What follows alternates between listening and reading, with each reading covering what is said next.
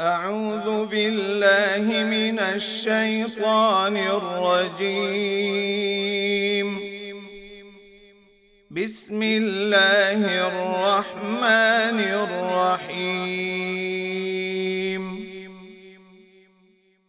فإن طلقها فلا تحل له من بعد حتى تنكح زوجا غيره، فإن طلقها فلا جناح عليهما أن يتراجعا إن ظنا أن يقيما حدود الله، وتلك حدود الله يبينها لقوم يعلمون.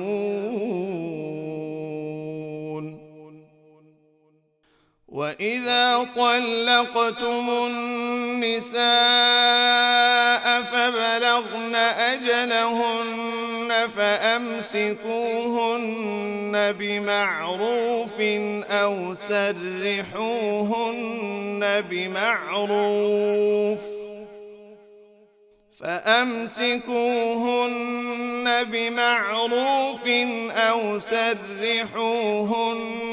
بمعروف ولا تمسكوهن ضرارا لتعتدوا، ومن يفعل ذلك فقد ظلم نفسه.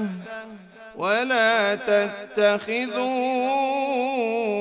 آيات الله هزوا، واذكروا نعمة الله عليكم وما أنزل عليكم من الكتاب والحكمة يعظكم به، واتقوا الله واعلموا أن الله بكل شيء عليم.